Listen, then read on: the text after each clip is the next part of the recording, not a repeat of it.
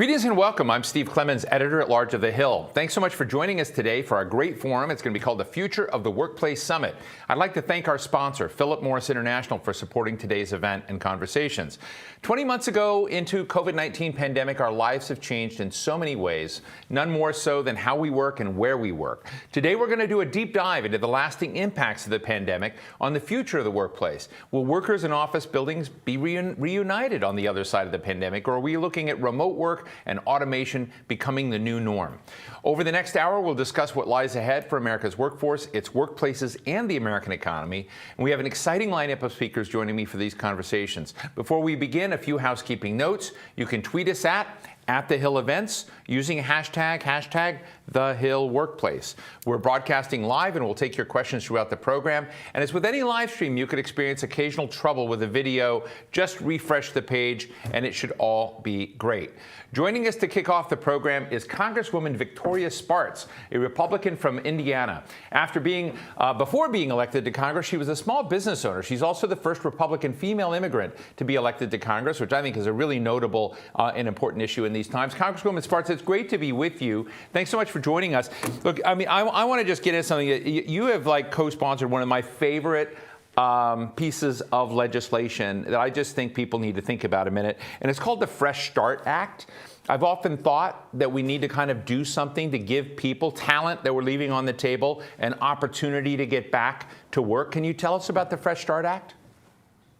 I think it's important that, we give people second chances and we give people ability. Even if you do something wrong in life, you have an ability to get back into society and be a productive member. And sometimes our system is set up, I'm sometimes thinking myself, I have so many different licenses. If I have done anything wrong in my life, I would have a hard time advancing as a professional.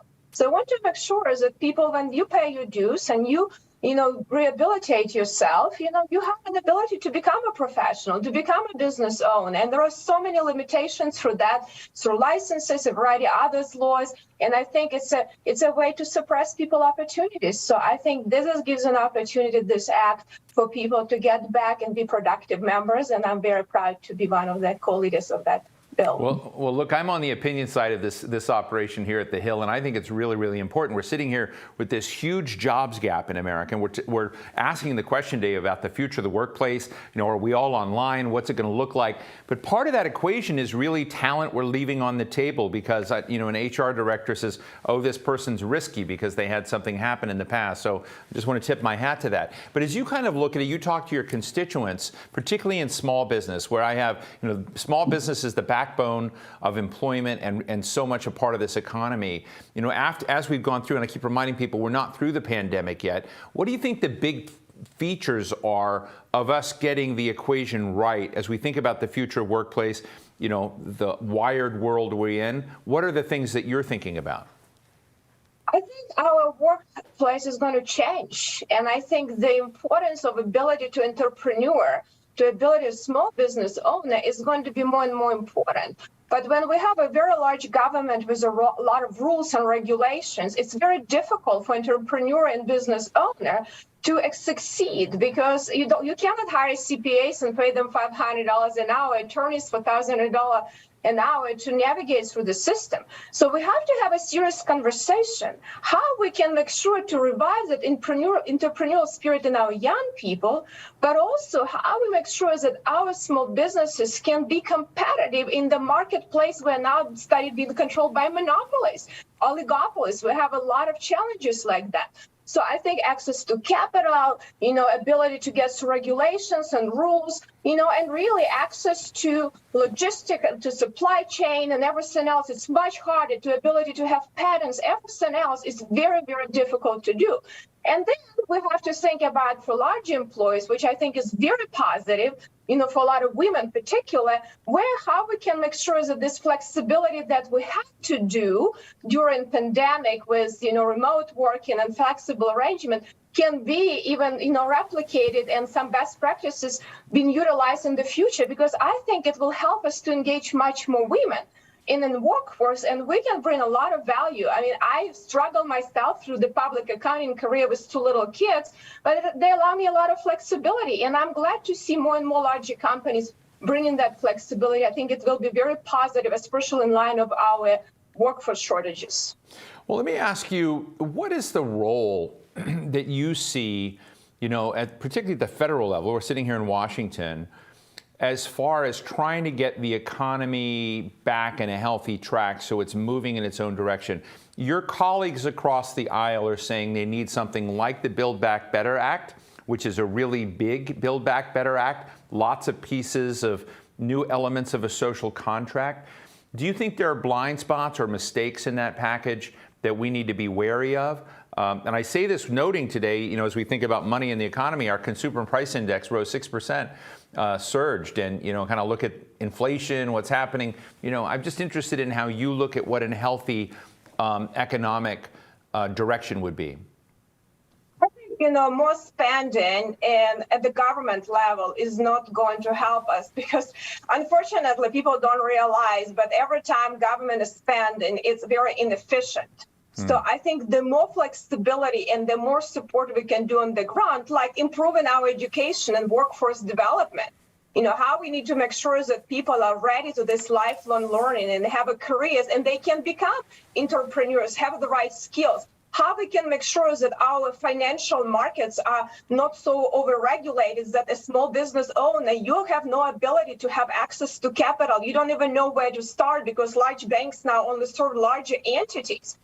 How we can revive this, investment and incentivize in angel investors and venture capital to be much more accessible in more broader industries. How we can have a regulatory environment that you as a small business owner is able to get through that. So I think, to have a lower taxes, have lower regulation, and invest in intangible assets, investing in good education and good skills. And it doesn't mean that we have to go and push everyone to get worthless degree in college, which, I taught a little bit in college, and I tell you, a lot of my students was disservice for them with a lot of debt. And someday, you might decide you need to go to have a, master's degree or something else. But for a lot of us, you need to try to get real skills, get a job, and then figure out if you need more, go to college. And a lot of new careers are not requiring that much education for that long period of time. And now we're talking about, you'll have,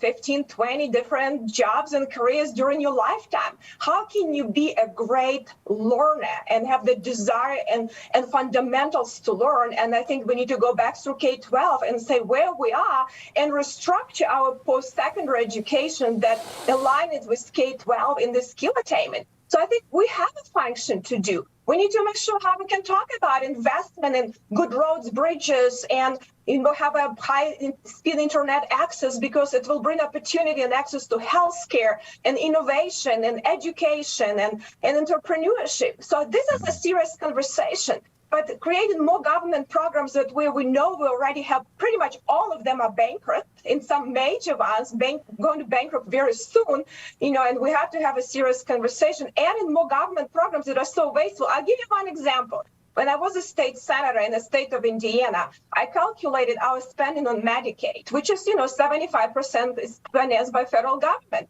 We spend $100,000 per person per year.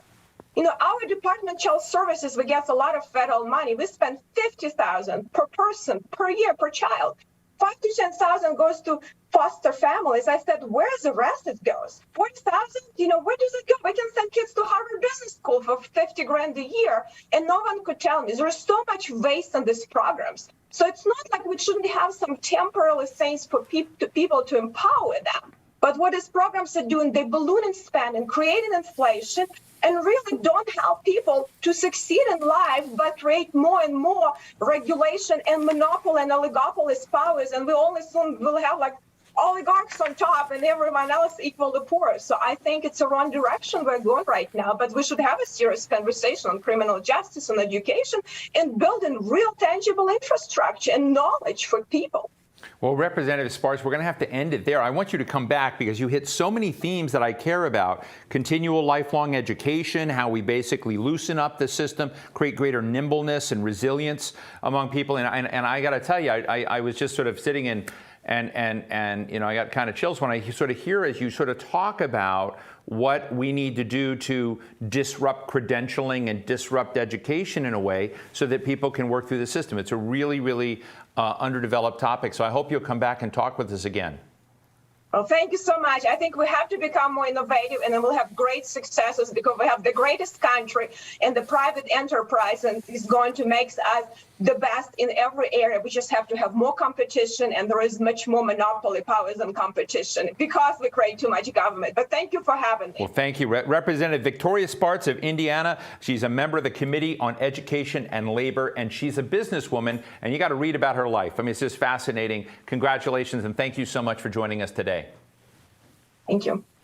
It's now time to hear from our panel. I'm pleased to welcome Ernst Kossik, a social scientist and professor at Purdue University's Krannert School of Management. She's a pioneer in the work, family, life research field. Can't wait to get into it with her. William Spriggs, an old friend, the chief economist, the AFL-CIO, the largest group of labor unions in the United States, and Nicole Mason, president and CEO of the Institute for Women's Policy Research. She's sort of a legend in this field. She's called the pandemic a she session, referring to the devastating economic impact on women, and especially women of color. It's really great to be with you all.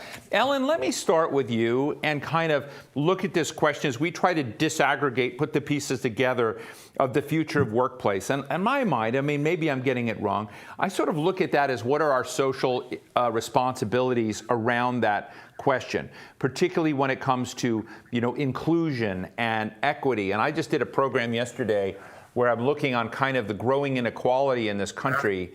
And what do we do, this goes to William's area in a way, but what do we do to make sure that as we are in this inflection point, that inequality begins to decrease over time? I'd just love to get your dashboard on what some of the levers are in there that we could move.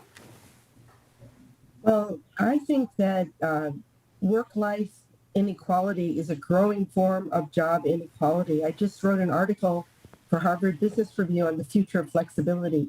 And as we saw during the pandemic, we had forced flexibility of quarantining for those that could telework, and the essential workers, frontline workers, the nurses, the people in the grocery stores didn't have it. So I would hope in our strategies going forward, whether it's education, as the Congresswoman spoke about before, or the workplace, that we are more flexible for all types of workers. We haven't placed a premium on flexibility for essential workers. And then also, I believe that for telework, there's a real risk that it could set women back if they are greater users of remote work and using flexibility more, as we've seen with time out for maternity leave. It could affect wages, labor force retention, and their ability to rise in the workplace. So, Ellen, before I leave you, but do you think these patterns that have kind of taken shape so quickly during the pandemic, are they going to stay that way without us sort of deliberately moving them back? I'm just sort of, you sort of saw the scramble society went through, right, as it went online. Like half of our team here, I don't know where they are all around the country. They're fine there. It's different than what you just talked about frontline and essential workers who are in a different space. So I'm just wondering if it's just because we're early in this, we're seeing, I would call it perhaps unhealthy patterns, or do you think they're stuck that way and we actually have to legislate or create norms and habits that are different? Oh, I think we're at a fundamental point where we have the potential to transform how we deal with labor in this country, or we can step back. So, for example, the United Kingdom, Australia, and some other countries have the right to request a flexible work schedule as a basic right, and then the employer can say, I can accommodate you or not. And it's available to all workers, not just people with children. We are so behind on work-life policy. We don't have national statistics that are very good and access to flexibility. And as we saw during the pandemic, this was what people needed to do to keep their paychecks and care for their family, or to keep a job and stay home when they were sick. William, you and I have talked about this before, in this time we're at. I talked to the White House Chief of Staff the other day, and he said, when they came into office, they were making 50,000 jobs a month. Now we're making 500,000 jobs a month. But when I kind of look at that out there, and I look at the big jobs gap out there, and how do we take this moment when labor's got an edge and make it matter? What are your thoughts? Not so sure we have an edge. I think what we have is a very diminished labor force. And to follow up on Ellen's point, the United States has vastly underinvested in the public infrastructure needed to get women to work and fairly. So if you look back in the 1980s, the United States led. We had higher women's labor force participation. We had lower gaps between men and women in terms of earnings than typical. Now, the United States is last. We are sixth among the seventh largest economies in terms of women's labor force participation. And the pay gap faced by American women is larger than women in any other industrial country. The only other country that's worse than us is South Korea. And all that has to do with what you hear from business people. We can't solve the child care problem. We cannot get women's labor force participation in the United States to fit what's necessary for the 21st century until we make the public investment in elder care and in child care. And we cannot go forward as a competitive nation or continue to grow in this century because our birth rate is slowing. The growth of our labor force is growing. We cannot sustain our current economy unless we get women's labor force participation back to where it was at the end of the 20th century. So we can't recover from this downturn until we get women's labor force participation back up. The people people keep saying, well, they're not coming to work. It's the women in the service sector aren't coming to work because we haven't solved this problem. And we learn from this downturn, we have to have paid leave. The key factor for why American women have the biggest gap, the biggest gender gap in any industrialized nation, despite their high level of education, despite being more educated than men, despite being the majority of the workforce, is because we don't have paid leave. Well, William, how do you make Only women in America get punished. Right. Only women in America. No other industrialized nation. No other industrialized nation. So, William, how do we respond to Senator Manchin, who said the math doesn't add up, that we've not squared our other entitlement programs, and that before we add another, what he calls an entitlement program, we have to do it? I'm just interested in the response. I was sort of interested in the White House not actually saying, hey, let's talk about entitlement programs that we have in place to get his support for paid leave, because he's asking a mathematical question in a way. So what is the answer to that mathematical equation? The president paid for everything that was in his proposal. So the United States can afford this. The president laid bare there are resources that can be fairly taxed in the United States. And so this is not an issue of can we afford it, but it is an issue, can we afford not to do it? We cannot go forward in this century with a slowing growth of the workforce unless we get women's labor force participation rate up. This is what Japan learned. This is what Germany learned, which is why they were way behind us, both in terms of the pay gap and women's labor force participation. They made the investments in childcare. They have paid leave, and now they surpassed us. This is the simple arithmetic. The simple arithmetic is your nation grows based on labor force and productivity. If labor force shrinks, then you're only relying on productivity, and no nation makes it only on productivity. That's why everybody else is figuring out how do we get labor force up. Well, thank you. Well, Nicole, I want to say a couple of things about you. You were just named recently as one of the world's 50 greatest leaders by Fortune magazine. And so, I don't always read Fortune, but I'll take their word on it. You're the author of Born Bright, A Young Girl's Journey from Nothing to Something in America.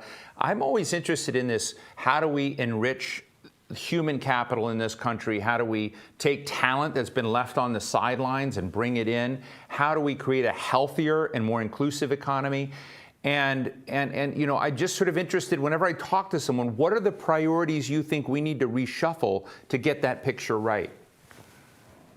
Well, I think that we really need to think about, answer the question why we haven't been able to create a more inclusive environment, economy. And when we do that, the answer becomes quite clear. It's the things that we haven't been doing. So we haven't had a, robust childcare infrastructure. We don't have paid leave. We don't, people don't earn living wages. There's an enormous pay gap. So when we think when we think about our education system, K to 12, it's failing a huge chunk of America, our young people. And so all these things together point us in the direction of why we don't have an inclusive economy, in addition to many of the things that both Ellen and Bill said. So, thank you for bringing up Born Bright. But, the thing about it is that, my journey seems exceptional to many people, right. But the truth of the matter is that it shouldn't be exceptional. Right.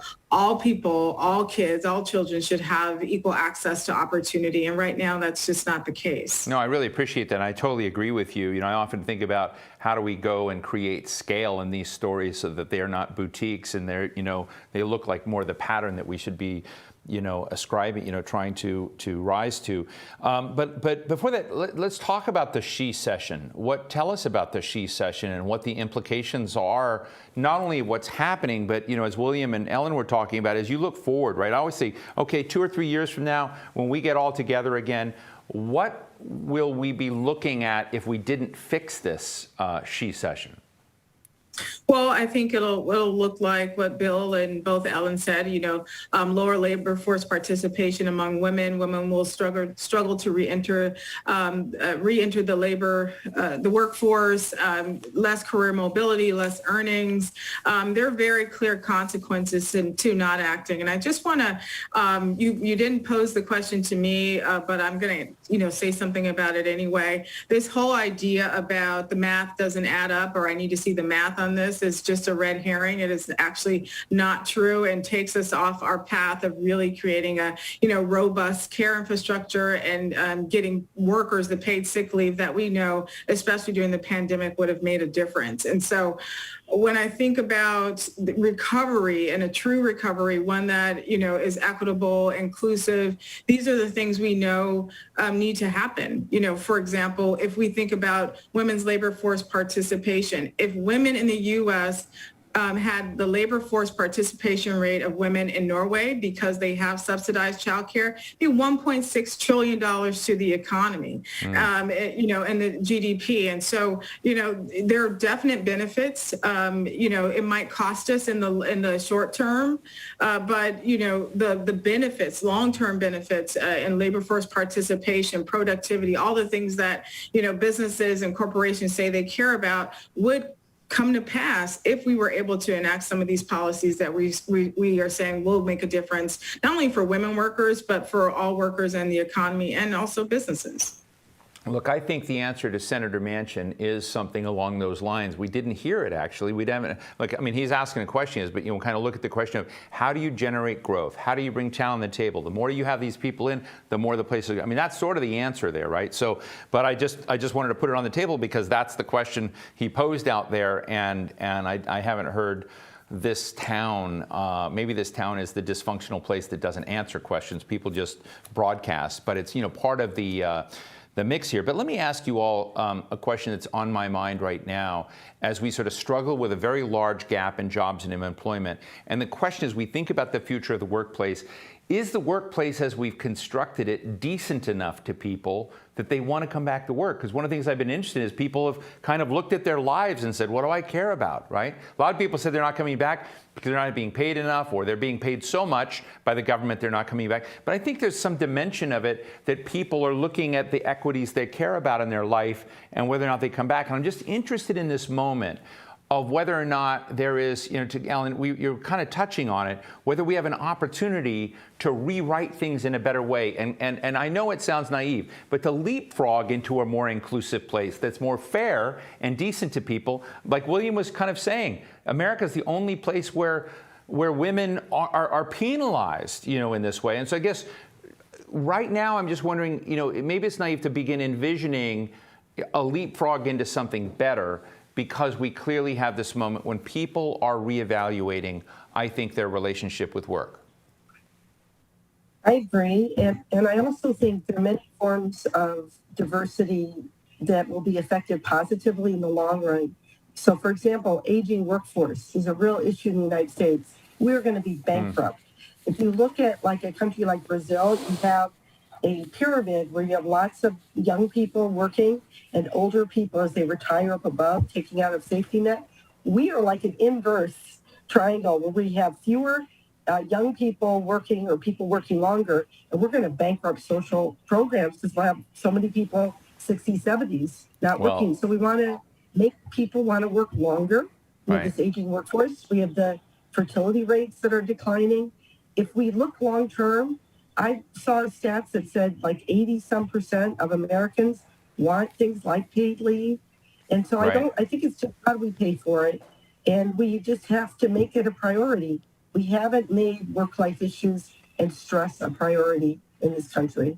And it's affecting labor force participation and the economy. Well, thank you. I'll quote my friend Nancy Lamont at AARP, who said the future of retirement, unfortunately, is work. But William, your thoughts? The thing that makes me grind my teeth, this discussion about we can't find truck drivers. Right. In California, they did a study of the excess deaths, the unexpected large increase in deaths by occupation. And what they found was there was a 28% increase in deaths in transportation and warehousing. So you hear people say, I can't find truck drivers, and you go, are you the most insensitive people on the planet? Did you not send flowers to the funerals? Did you not send a note of condolence? Did you not care that your workers died? If you have 28% excess deaths, that's like 3% of the labor force just disappeared. Of course you have a shortage. And the fact that people are saying there's a shortage without commenting on the deaths from COVID, this is why American workers are upset. Because even their employers don't even pause enough. I'm so to glad look at the 750,000 Americans who died from this disease and pause long enough to say, wow, I lost a lot of workers to this disease. I'm so glad you raised that. Not even mention it. No, I'm so glad you raised it. It's a huge issue. We act too many places, I'll have to say even in media, as if there's no cost to all of the people we've lost in this nation around the world. William, thank you so much for sharing that. Nicole, let me give you the last word, and then we're going to take a question from the audience. So I just want to say that I actually am really energized by this moment. Many people have called this moment the Great Resignation, and there's a lot of hand-wringing about people leaving the workforce and, blaming workers and saying, intimating that people are being lazy or just don't want to return to work. But really, actually, what we're seeing is a great renegotiation and a rebalancing, of people's priorities. Again, really, asking employers to engage differently. Flexibility is the new currency. And so really thinking about what does that mean? How might our workplace models change to reflect what's happening and what has happened over the last, year and a half? I think some employers think they can just wait it out and we'll go back to normal. But the news is that we cannot unring that bell. We're here and we're going to have to deal with this reality. Or, workers are going to say, I'm not coming back. I don't want to work at a place where I don't have paid sick leave, because we know that makes a difference for workers, in this economy and because of the pandemic. Childcare flexibility, women have been talking about this as an issue for decades. And now we know that actually productivity does not drop when people work remotely. And so, now women have another different talking point to talk about the importance of flexibility. But to Ellen's point, we have to make sure that women don't get penalized for seeking out remote schedules. So I'm actually energized by this moment, brought on by this, a horrible crisis where we've lost a lot of Americans. But I do think employers need to get with the program and think about how they are talking and thinking about these issues. Thank you. Let me squeeze in a quick question from the audience. We have Beth. Beth? Hi, my name is Beth Noworotsky. I'm an employment advisor for the Co-op and Career Center at the Rochester Institute of Technology, RIT, in Rochester, New York. Our team supports the talented deaf and hard of We just lost Beth. I'm gonna finish her question as I have a transcript here, that they support the talented deaf and hard of hearing students and graduates for career opportunities. We also work to bring diversity and inclusion to the workplace. Thanks for talking about this great topic today. My question for you is, what does this trend look like for people with disabilities? Can you tell us more in depth about it? William, your thoughts?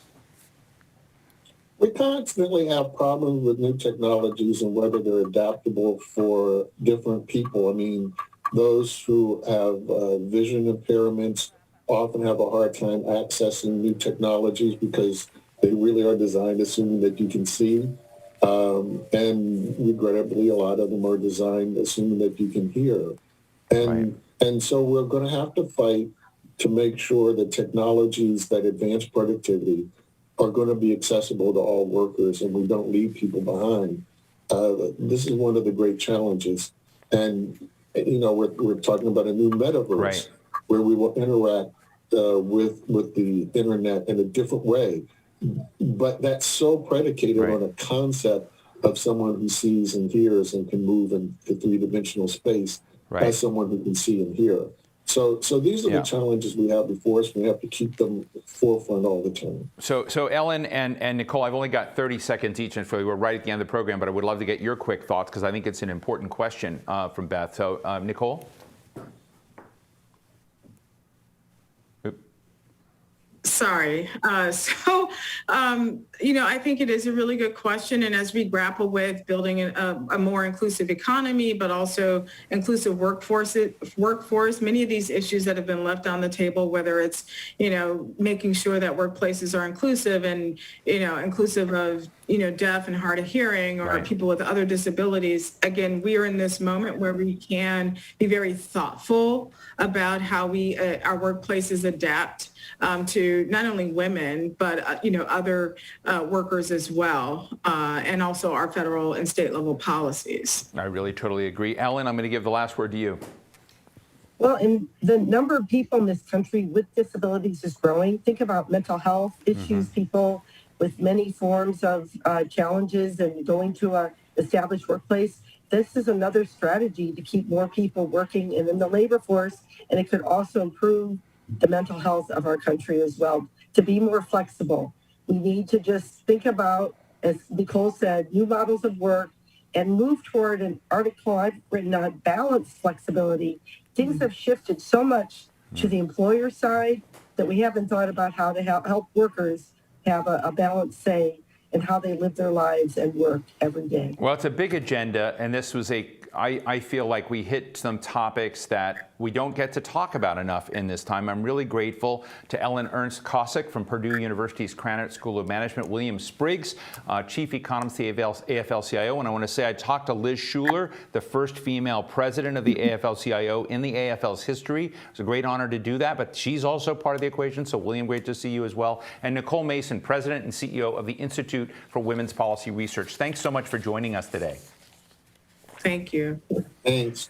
The U.S. Congress was no stranger to the disruption caused by the pandemic. Changes put in place over the past 20 months to allow lawmakers to work remotely may also be here to stay. Joining me now to discuss Washington's new work culture is Congresswoman Mary Gay Scanlon, a Democrat from Pennsylvania and member of the Future Work Caucus.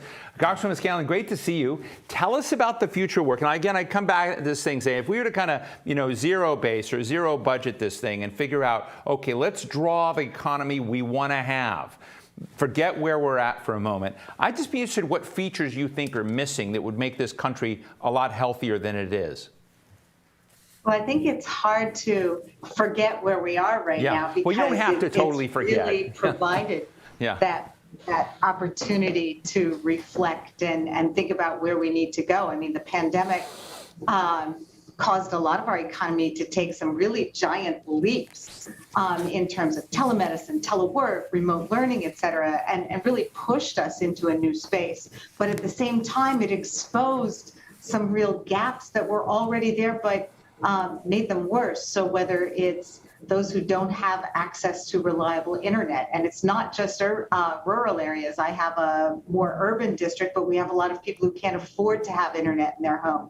And as many of your commentators earlier in the show have mentioned, the impact on women, because they tend to be primary child care givers, has been huge. So the fact that we haven't yet gotten out of the pandemic, kids are just starting to be able to get vaccinated. That means that school and childcare is still dicey and people can't reliably get into work. But also we've lost so many childcare providers through the pandemic that we really need to invest in there. I think we talked about some of your prior speakers talked about the fact that the rest of the world does better. Our competitors in the world do better with removing obstacles to work, whether it's making sure that there's childcare and elder care, making sure that we're doing workforce development.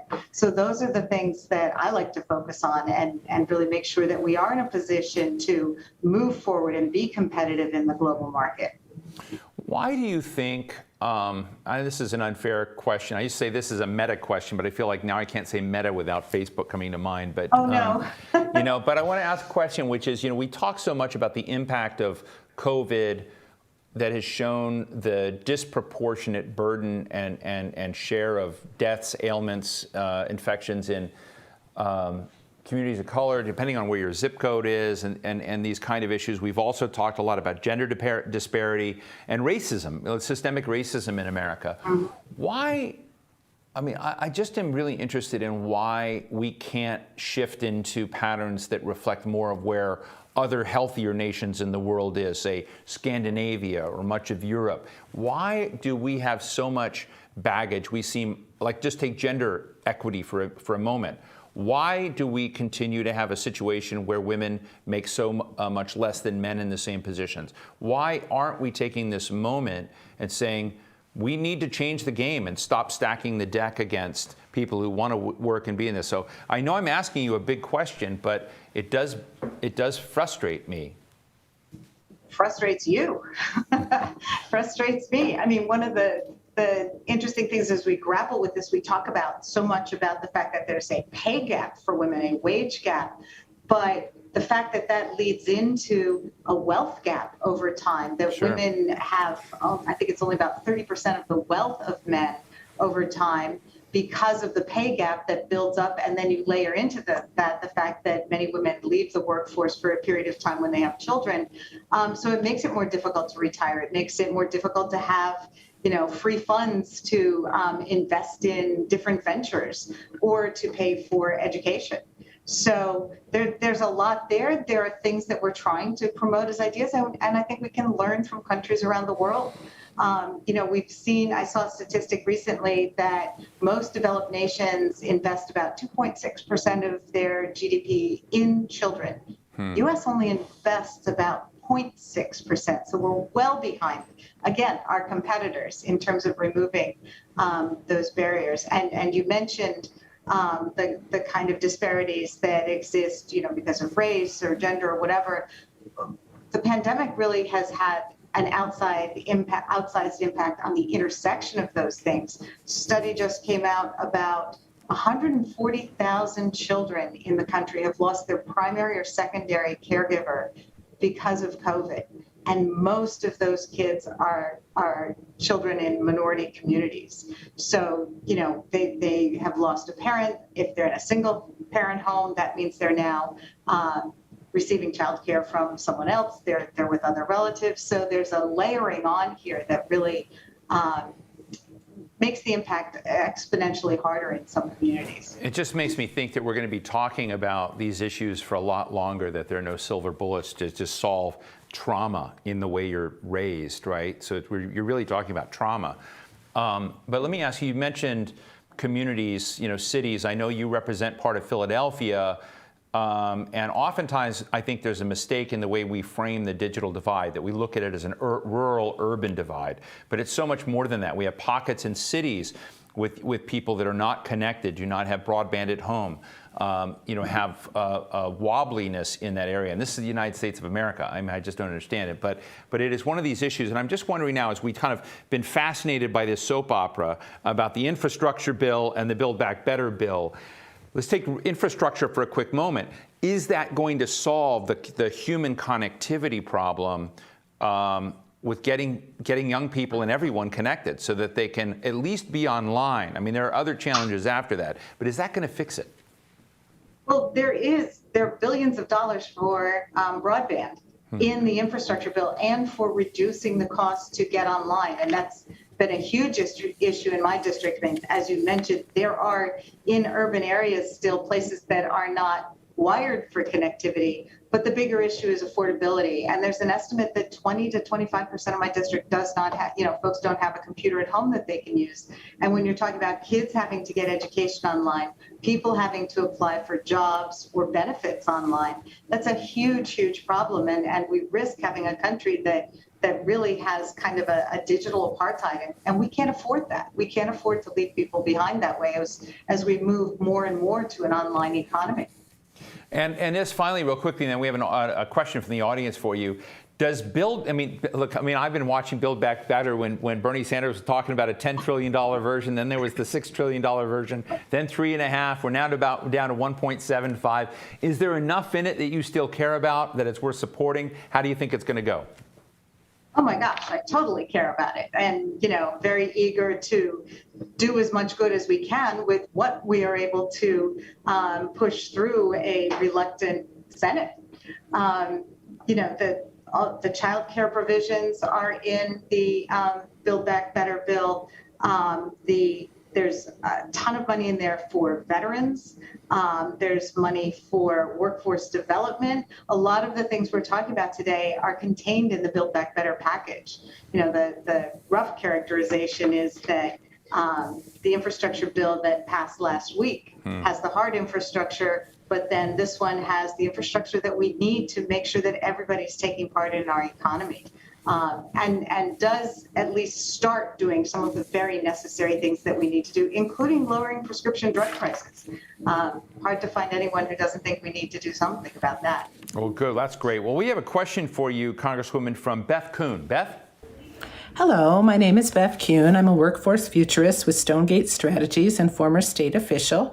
And my question today is, how might we more quickly and more forcefully move government agencies and programs forward into the future of work realities to better assist individuals and employers? Thank you.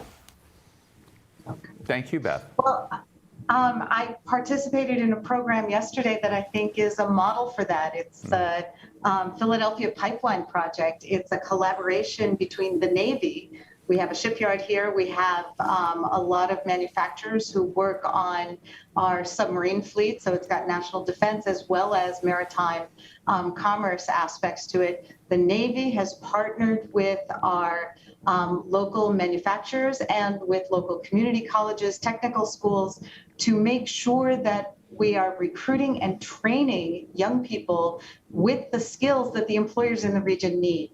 And it's a really fabulous model.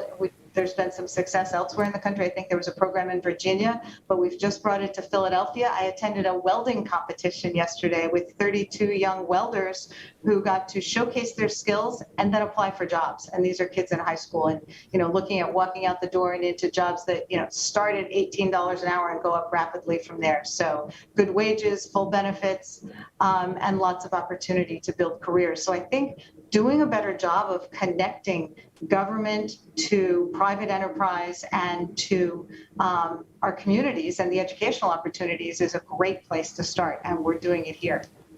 Well, Congresswoman Mary Gay Scanlon, member of the Future Work Caucus, a resident of Swarthmore, Pennsylvania, which I love Swarthmore, so we'll have to, meet up there one day.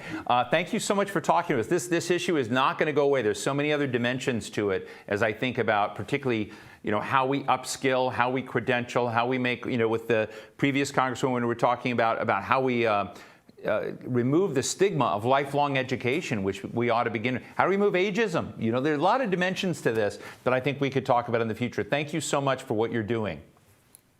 Thank you. Great to talk about it. Without giving everything away, let me say my next guest is taking an interesting approach to counter the labor shortage in restaurants. The National Restaurant Association recently said that 4 in 5 restaurants are totally understaffed. I spoke earlier with Mike Bell, the CEO of Miso Robotics, to discuss one of my favorite topics and obsessions, robots. Mike, thanks so much for joining us today. Look, I'm obsessed with robots. I find them fascinating. A lot of people look at them as machines that have promise. A lot of them look at them as the villains of the future. Tell us what you're doing with the Flippy. If I don't even know how to call it. Is it the Flippy robot, Flippy 1, Flippy 2? Tell us what problem you're solving. Yeah, thank you. Flippy likes to be called Flippy. And we're solving an important problem, and the timing kind of couldn't be better when this problem has become acute. It used to be referred to in the restaurant industry as the labor shortage, and this predated the pandemic, Steve. It's now being called the labor crisis. Well, there was a labor shortage in restaurants before COVID came. I mean, it's very important to put that on the table. You were fixing a problem before the tsunami of this giant job gap happened. Indeed. Before this pandemic, it was called kind of, the labor challenge, and there was roughly, I call it 800,000, open positions that were just perennially open. High turnover, low job satisfaction. It was kind of this labor problem. The pandemic hit, and all types of factors kind of accelerated and kind of got us where we are today. And it's now considered the #1 problem for essentially every restaurant chain in the industry. They can't find positions in some cases to even open and operate a restaurant. They don't even have like minimum staffing. And so, because and as we mentioned earlier, didn't mean to interrupt, but from the National Restaurant Association, just take restaurants, they're saying 4 out of 5 establishments have a labor shortage. I'm not trying to bandwagon here, but I'm saying the gap is real. So tell us how Miso Robotics is filling that gap. And I guess my unfair question to you is, can you fill the need? Mm-hmm. Yeah, it's a good question, important question, and not enough and not soon enough is the candid answer. We can kind of come back to that, the supply chain challenges and everything that's kind of affecting us. But the problem is an important one because it's when you look at back of house, particularly in QSRs, quick serve restaurants, there's just a whole bunch of tasks that are monotonous, repetitive, sometimes dangerous. Human beings don't like to do these things. And standing over a vat or several vats of hot oil and moving a basket left or right, there's simply better places to put a human body, like working with human beings, doing things that are more related to upkeeping the technology. And so we provide this awesome solution where it's a robotic station that goes in over an existing fry station. It's got a robotic arm, and it simply does all that monotonous work for the human being. And so the human being is then freed up to go do other tasks in the restaurant, all that help drive customer satisfaction, employee happiness, usually actually drive sales and increase the service. So it's a net win across the board. So you're in White Castle restaurants, and I think it's called Caliburger. I haven't been out to LA in a while. I know you're in Manhattan Beach, but what are the establishments where someone could glimpse Flippy? Yeah, the list is growing. We also made an announcement in addition to those 2 chains that we're partnering with Buffalo Wild Wings. And Steve, we're talking to many or most of all the large brands that provide fried food to their customers. Typically, what happens is these brands will bring in Flippy and they'll do a pilot, maybe in an innovation center or maybe in a corporate location. They'll test it for a while, and then they'll typically come to Miso for a rollout, and that's when we come public with their name. A lot of times they just prefer to kind of go through that pace. So this quarter, we're in pilot with a dozen or more leading brands, and there's more and more lined up. The problem is just much bigger than we can solve this year. I mentioned earlier that there was 800,000 open positions in the restaurant industry before the pandemic. There's something like 1.5, 1.6 today. So these are positions, and there's 500,000 restaurants in the U.S. alone, not even talking international. Wow. And so it's this gargantuan, market and this acute need converging right at a time when Flippy is becoming ready for commercial scale. So I don't want to ask a silly, vapid question, but I'm going to anyway. It's going to be kind of silly, maybe, but I spent a lot of time in Japan, and I have seen robots in department stores. Some convenience stores actually have personal shoppers that go around and buy, and they're cute. They have kind of faces, and they're cute. And so part of selling robots is the aesthetic for people when they do it. Are you worrying about Flippy's looks? No, it's actually a really good question. It's important. we witness that all the time. So Flippy he's headless, and so don't judge him, but it's basically an arm that kind of comes and flips burgers or moves fry baskets. When you witness people like watch Flippy for the first time, it's very mesmerizing. And the reason is there's humanoid-like movements, and to see that, in person for the first time, everyone is kind of a little bit, mesmerized by it because it's pretty cool to see. Flippy moves in a way that people refer to as like, it's a little bit like a Cirque du Soleil thing, the way that he kind of twists and contorts and moves around. And it's very humanoid. And I think that works to our advantage. When we put Flippy in a restaurant, he becomes talked about and thought of as just a fellow employee. And matter of fact, he's sometimes a favorite employee because he's doing the job no one else wants to do. And so people are pretty happy to have him. They even rate him for employee reviews. They even give him awards and kind of name him. And so all this kind of humanoid tendency has got, I think, a part of softening the introduction. People want to, kind of create that sort of soft and fuzzy version that's a worker too. But let me, it's kind of a broader question, and I don't, this is our first encounter, and I'm really happy that we've met. But I've been interested in robotics for a long time, and my understanding is that the U.S. robotics industry is not as vibrant as it could be. That at one point Google bought a lot of what was going on in robotics around the country, and that might, according to one person I interviewed, said that might not have been the healthiest thing for the U.S. robotics sector. So what is the health of the U.S. robotics sector now, say compared to Japan or India or China? Yeah, it's taken off in some really in some pockets within the overall economy. Logistics and manufacturing is where you see kind of the highest install base and kind of the most adoption of robots. And so, in addition to Google, Amazon is a monster user and at this point a developer of robotic solutions. And there's a lot of same kind of pick, pack, and ship that goes on that the robots are taking over logistics centers. Also manufacturing, that's been kind of going on for a while.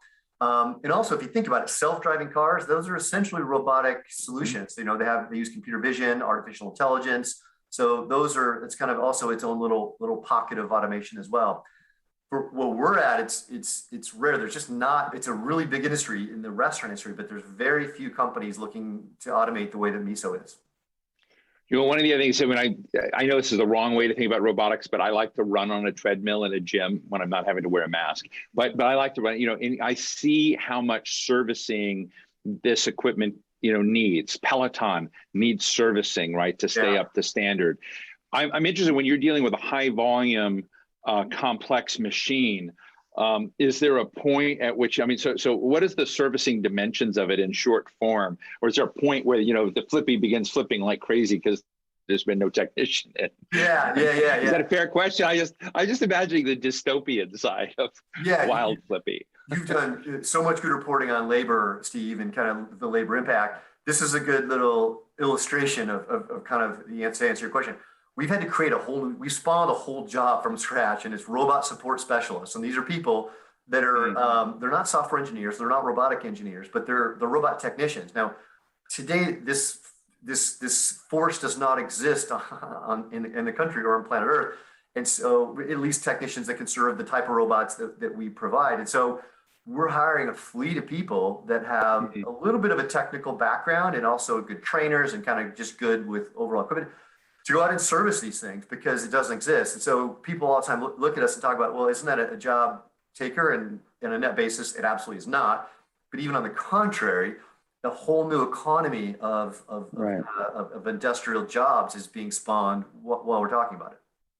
It's really, really interesting to think about our future and the automated dimensions of it, because I do think there's a question about, the fear of displacement out there. And I think I've done a little research and you're kind of looking at, okay, how do you move people out of unsafe positions with, cooking oil and, moving into other areas.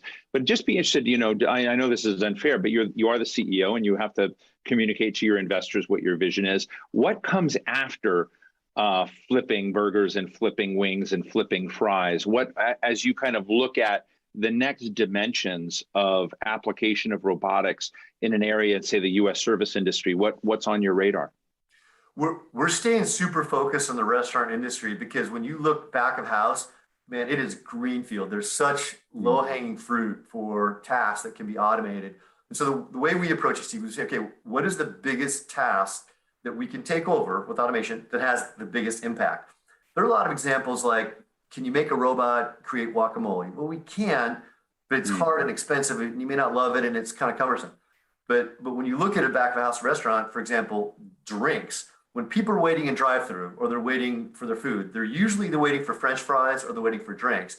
And so we're automating the drink station. So when you order, a large Diet Coke, the machine hears it, automatically puts the right amount of ice in it, spits it out, labels it, and hands it to the human being versus the human being standing there pushing you to do it, a couple hundred times a shift. So we're looking at kind of just progressing through the restaurant industry, tackling tasks, kind of the meatiest one at a time. Forgive the pun.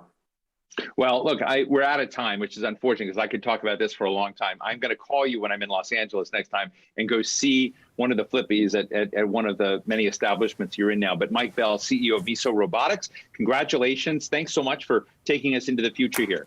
Thank you for having me, Steve. Appreciate it. I feel like doing one of those Paul Bunyan shows, to see if I can beat Flippy. Doing the flipping. Anyway, that aside, 20 months into the pandemic, more and more employers are making burnout and mental health more of a priority. Last year, mental health went from a nice thing to have to a perk to a true business imperative. My colleague, The Hill's editor-in-chief, Bob Kossik, had a chance to speak with Karan Singh, co-founder and chief operating officer of Ginger, a digital mental health provider. Take it away, Bob. Karan, thanks for joining us today. I really appreciate it. Thanks for having me, Bob. Okay, we're still obviously in the pandemic. It looks like we're going to be hitting year 2 in a few months. How has the pandemic affected mental health, and specifically for you at Ginger as well?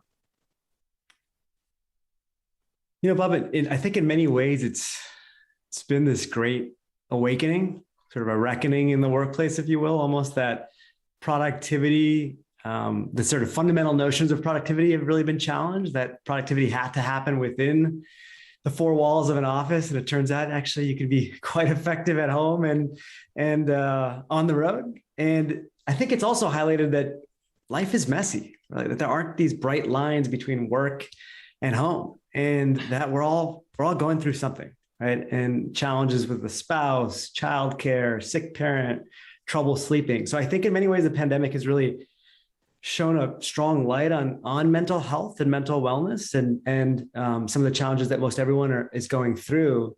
But it's also created a great opportunity to encourage many more people to be forthright about what they're going through and to start to seek access to care. And so we've certainly seen that at Ginger and at Headspace Health more broadly, the incredible need that employees across the country have now for mental health. How has corporate America accepted this? You mentioned a little bit about, life is complicated. And I remember when the pandemic started, there were a lot of articles about, well, wait a minute, we're going to have to make sure our employees work. And what has happened by and large is that employees are working and sometimes they're working too much. And that's a mental health strain. So how has the pandemic in corporate America realized, hey, mental health is an important issue and we've got to address it head on?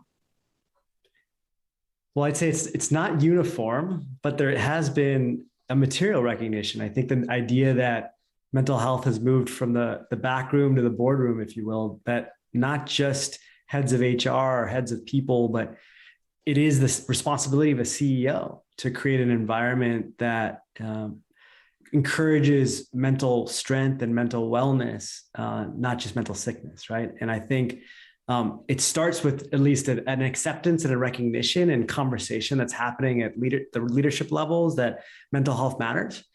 And then it moves into starting to create access to solutions that are accessible, that are easy to embrace, no matter the time of day or the day of night, to really get help when you need it. And so I think we're starting to see a lot of employers be much more proactive in upgrading the offerings that they've made available to their employees, and not just offering them, but actually starting to advocate that they be used. Mm-hmm. As far as what your company's been around, if I'm not mistaken, a decade, 10 years. What have you learned in those 10 years and any surprises along the way that really you just didn't know before you started the company? Decade is a long time, Bob. The world has changed quite a bit, and it's certainly changed quite a bit in the last 20 months, I'd say. So in some ways, there's the pre-COVID answer, the pre-pandemic answer, if you will, and then there's sort of what has happened during the pandemic. I'd say the mental health has been a challenge for so many people.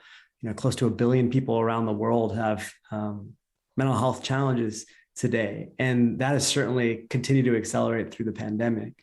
I think what has changed and what I think has been a silver lining, if you will, is again a recognition that it doesn't have to be a stigmatized issue that you can't be open about, that it is something that actually you can address, and then if you do address it and you support it, it can have an incredible impact on you or your team's productivity and ability to deliver on whatever you set out for. So I'd say one of the biggest learnings that we've seen is that mental health impacts really so many different kinds of people and different jobs and different environments. There are these same consistent stressors that you can actually start to create resources that help them in those scenarios and actually help them get much better.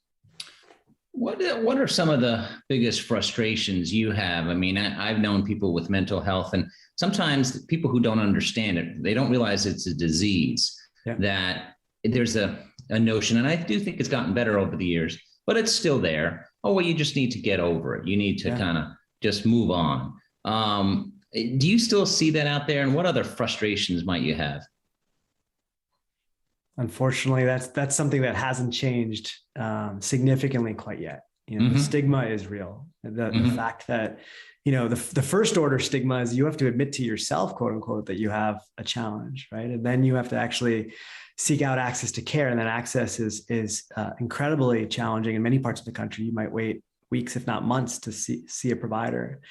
I think we're starting to see that change as you see in popular culture, as you see athletes, as you see kind of other people who are more honest and real about the things that they've gone through, right? And I think that's making a meaningful change. And I think we're on the early part of that journey.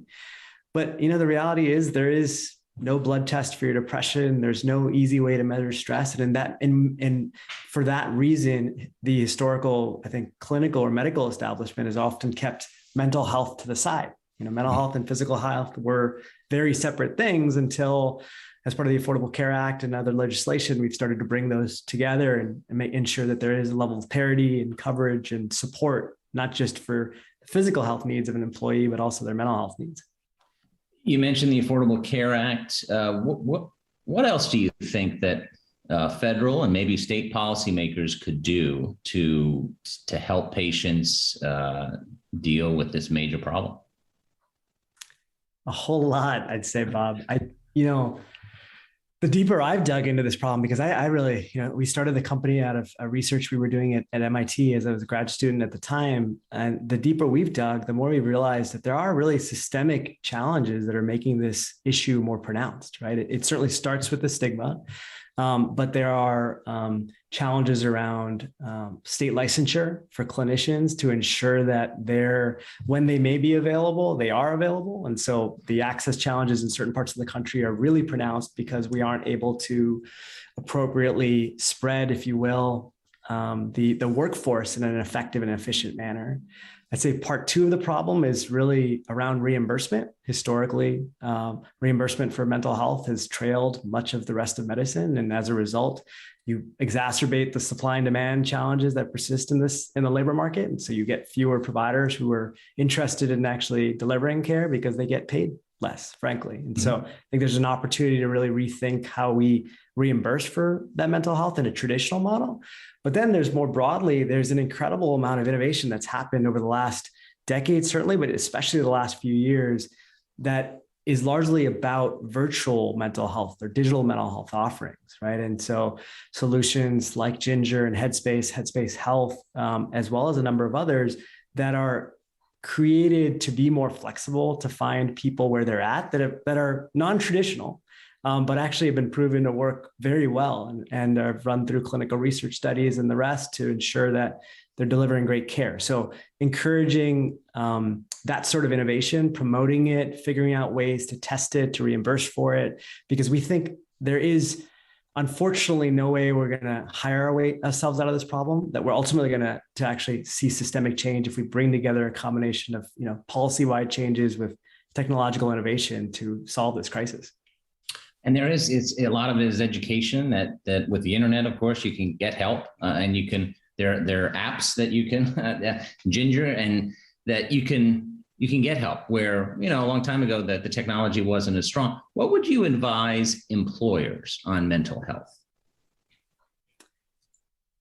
I'd say there are maybe 3 dimensions to what I think makes for a strong program that any employer can offer. I mean, the first is really leaning into acceptance, making sure that people understand, like we were talking about earlier, that the stigma is real, but that seeking out care is important. And so then making access to that care as easy as possible. So like you said, it could be as easy as opening up your smartphone or firing up a browser and talking to a coach or a therapist 24 hours a day, 7 days a week, accessing content, mindfulness and meditation resources that, again, could be available around the clock, that can be preventative in nature and actually allow you to get access before something becomes far more acute.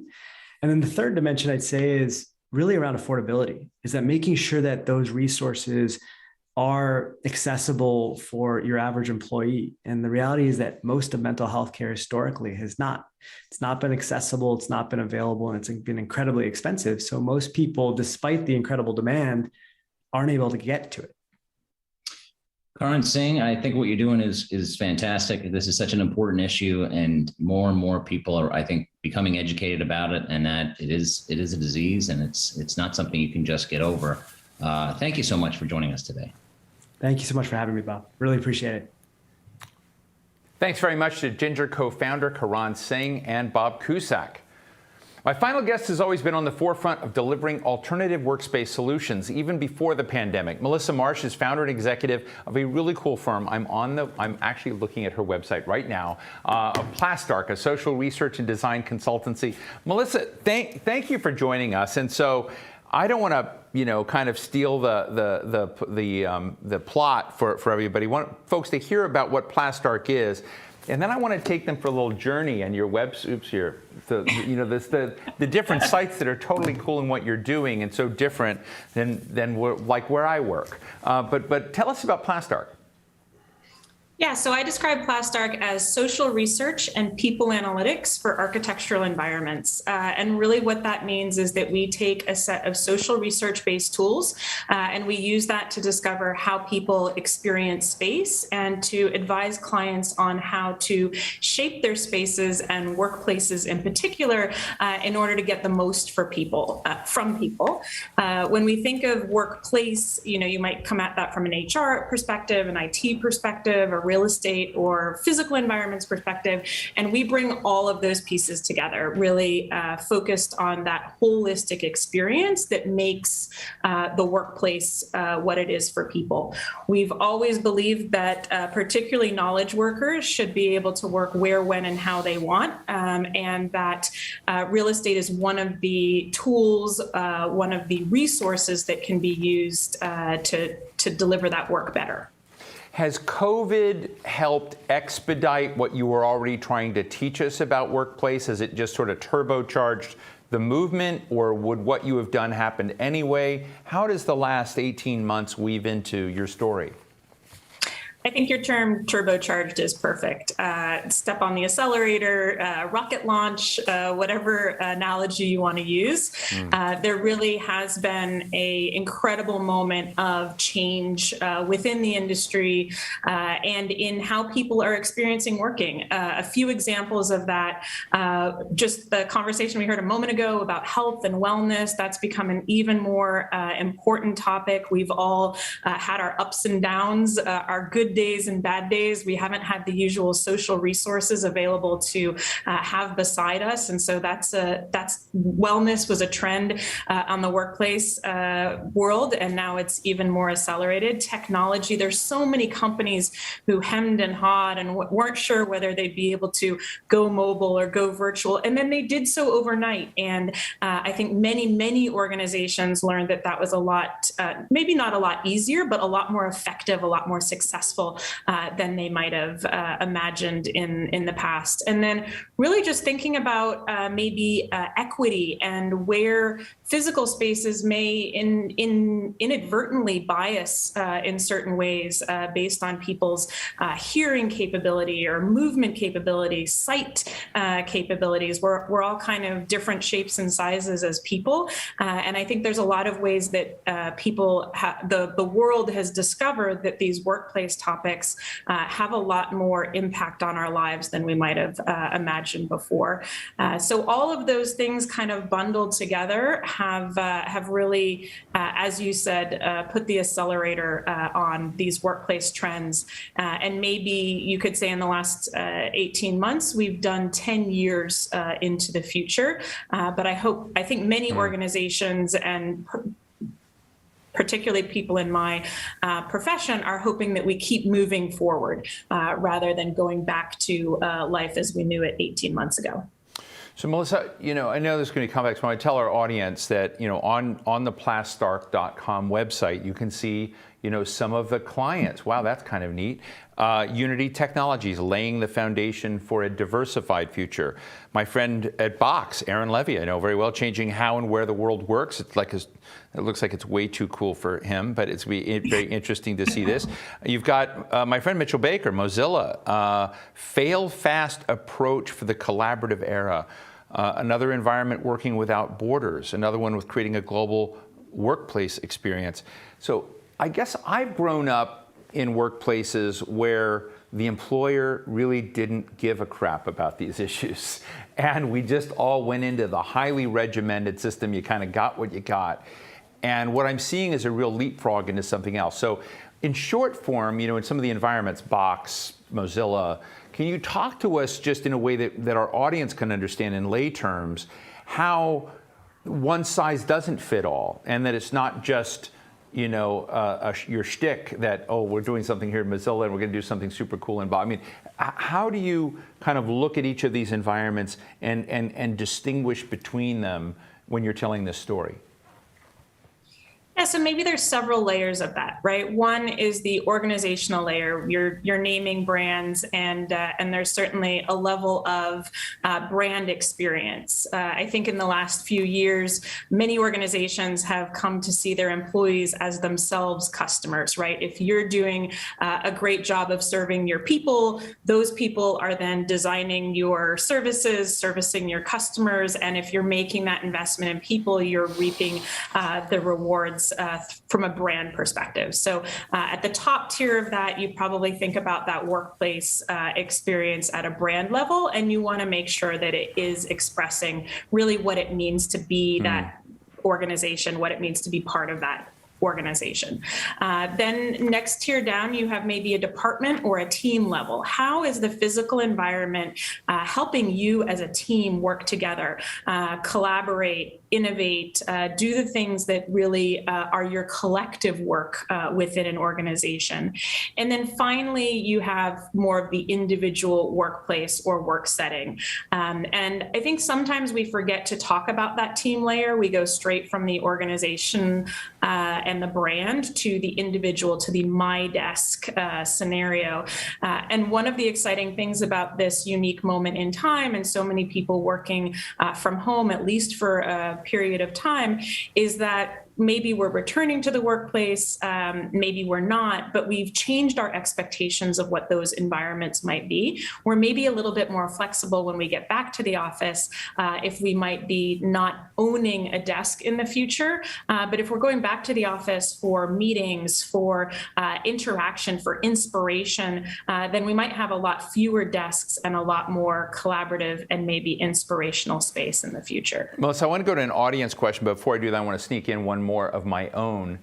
We are now seeing, of course, much more remoteness and distance in online digital connectivity. Some people, so we're going to have hybrid environments. So my question is, thinking about this and looking at the backdrop, I don't know where you are at home or wherever you are you going to begin taking principles that you've been applying to the workplace there and take them to people's homes or wherever they're remote working? Is that another step in this process? Yes, absolutely. I mean, people have to be comfortable, and their space and their technology needs to enable them no matter where they are. In the past, you mentioned maybe customers or companies were not particularly caring about how people were able to do their work. And I think it's become increasingly obvious that if you set people up for success through technology, through space, through the culture and the community environment, then you're going to have more successful workers. And so we want to make sure that people are being supported in all of those ways. We have one customer who's working on an office in a box, literally something that could be sent to your home with instructions, with technology, maybe with some guidance on how to remember to both set yourself up in an ergonomic way, as well as to make sure that you get rest and relaxation and all of these things that if we don't take care of ourselves in the work in the home environment, no one's going to be there to do it for us. So we've had like tiny house, now we'll have like tiny office, right? So, but I just want to tell my current employers, in case they're watching this day, I wasn't talking about you, but maybe I was just a little bit. Let's take a question from Ann. Ann? Hi, I'm Ann Edwards, AJ's Chief Executive Officer, and I'm interested in hearing how you all are making the decisions about what kinds of work can be done better, more effectively and creatively in the office versus working remotely. Thank you. Thank you, Ann. Your thoughts, Melissa? Yeah, well, in the previous question, I outlined sort of three layers, the individual layer, the team or department layer, and the organizational layer. And Plastark is a people-centric organization. We bring those research and data insights from the people. And so we're starting with that, and that's really our recommendation, is to find out how people are working now, how they've experienced this unique moment in time, what they'd like to bring to their work going forward. It's not about what people would like necessarily, but really asking them to explore what has made them feel effective, powerful, productive, etc. We've all had an opportunity to experience new types of working, new ways of working, different levels of flexibility. So I really think it's about learning from your organization, again, maybe treating your employees as customers, and then making that the foundation of how you're thinking about what is being done where in the future. I think we also see a wide variety of new management tools where it used to be that people were managed by maybe their manager, their boss, looking over their shoulder at the office. And nowadays, there's quite a few different ways that we can see how people are working, what they're working on, maybe even anticipate if they have a question, even though we're not in the same physical space together. So I think another key component of what gets done where is teaching managers a new set of digital tools that help us be more intuitive and better people managers, even if we're doing so at a distance. Let me ask the non-kumbaya question just because I'm so intrigued with what you do in your work. But you know, I've been talking to a lot of different companies about one of the kind of weird dimensions, silver linings of the COVID for office environments is that a lot of office intrigue, a lot of office gossip has disappeared. That people who have online relationships usually deal with them in a higher quality way. You know, I was also reading Walter Isaacson's book, you know, The Innovators, and you know, reading about these pairs of people, you know, with some of the great innovations we've seen, of people competing with one another, like, you know, and how rivalry and competition drove that, which are other dimensions. So it's easy to talk about collaboration, but I'm just interested in other, you know, dimensions of workplaces, you know, the positive side of not all being on top of each other, or are there dimensions of workplace where actually seeing what somebody else is doing and competing is also in the mindset you're thinking about? Yeah, so there's so much people are social creatures. We've always heard this, and it's true. There's certain parts of our brain that benefit from aspects of being together. There's something called mirror neurons, where when you see someone do something, you can do it, and you're literally mirroring them. And that's all those things are incredibly important. You mentioned competition as much as collaboration, but I think we're just scratching the surface of understanding how those things can be relayed in different ways through the digital environment and the physical environment. And I think depending on your generation, you may have learned more or less in the last 18 months. Maybe there's an opportunity to learn from some of your kids or younger colleagues some new channels of exploration and communication. And I think that it's really about getting that diversity, maybe we say, instead of the hybridity, in terms of what are the channels of information or feedback loop that we're using to make those social relationships. So I'm expecting, I'm an optimist, but my imagined future is that we have all of the good things about the physical office, all of the good things that we've learned about new ways of working together digitally, and that comes together to make our future work environments. We're going to have to get you and Flippy robots together or something. I'm just so fascinated by. I love the name. For folks, Plastarc is. We didn't mention, so the contraction between plastic and architecture, content nimbleness, how we kind of break out of our grooves. So Melissa Marsh, founder of Plastarc, thank you so much for joining us. I love your website and your project. Put me on whatever list you have, because I'd love to play again. I will do. Thank you so much. That brings us to the end of our program today. A very big thank you to Philip Morris International for its support, and to all of you attendees for joining us for these discussions. For any of you who missed the conversations, we're going to have the video up from the event on our website shortly. I'm Steve Clemens. Thank you, and be well.